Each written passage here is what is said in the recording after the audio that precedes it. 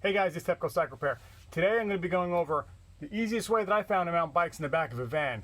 You're going to love it. It's super easy. But before we do that, please do me a favor, hit the like button, subscribe, and go down into the comment section and let me know how you mount your bikes in the van.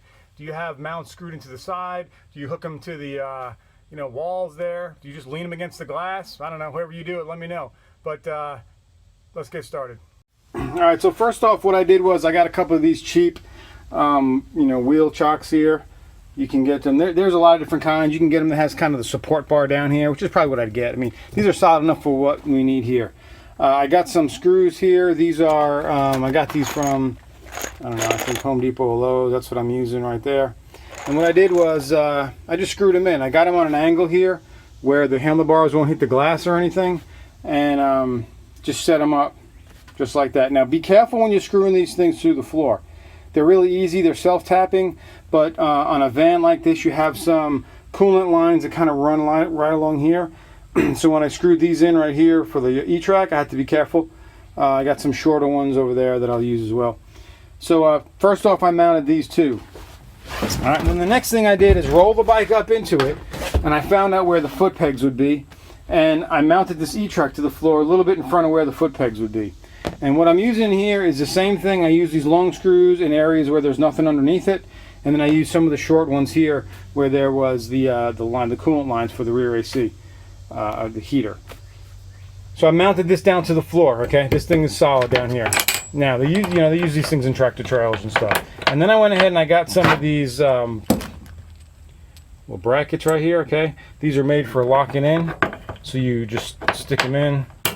Make sure that tab stays down there, and now you have some anchor points. Alright, so the next thing I did is you need the straps to be really short coming off of here. So I took a tie down, I cut the strap off of it, and I just tacked it on here, alright? Just welded it onto the bracket, so this would be, when this hooks on, it's as low as it can go right here. Alright?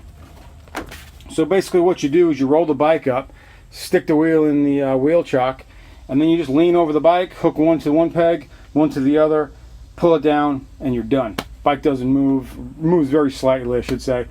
But I've driven down dirt roads. I've driven hours with it with two bikes in here, and it works out really simple. So what I'll do with the tie downs is I go ahead and I set them up before I get in here. So I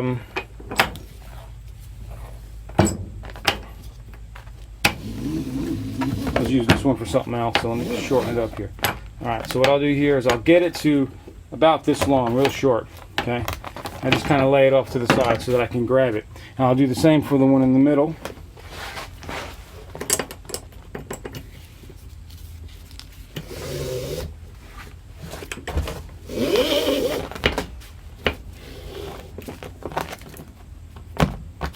Don't be the guy that gets the strap all twisted up in the latch right there, okay. So now these are set up right here, right? So these are ready to go. You just gotta be careful. Sometimes when these things fall over, they'll pop out like that, and it just gets annoying. But there's a lot of ways you can handle that. All right, so what I'm gonna do here is I'm gonna leave this one just kind of set up. Let's get the bike and get it loaded in. I'll show you how quick this goes. All right, so put the wheel in the wheel chock.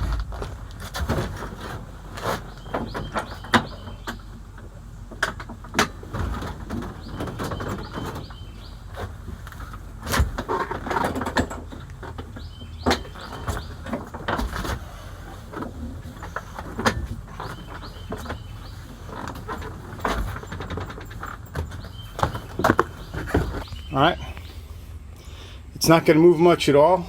It has no problem sitting in here. There's no real stress under the front forks, so you don't have to have the forks jammed down. But this is the way to do it, guys. It's real simple. Alright, I'm clear from the window. Alright, see that? No problem. Now this thing will sit in here, have no problem, just have a little bit of movement here, but nothing happens. It doesn't squat and bounce enough for anything to come off the foot pegs. And like I said, dirt roads, bumpy roads, never had a problem. And I love the van. You guys check out my other video about how I put the van together, but the low height here on the floor, it's not like putting it up in the back of the pickup bed. It's real simple. And the next bike you just put in right here, same way. Really can't beat it. This is the best way I found to do it. Two tie downs, real short, hooks in, E-Track is the cheapest way, guys. Hopefully you like this video. Please like, subscribe, hit the bell for further notifications. Until next time, it's TEPCO Cycle Repair.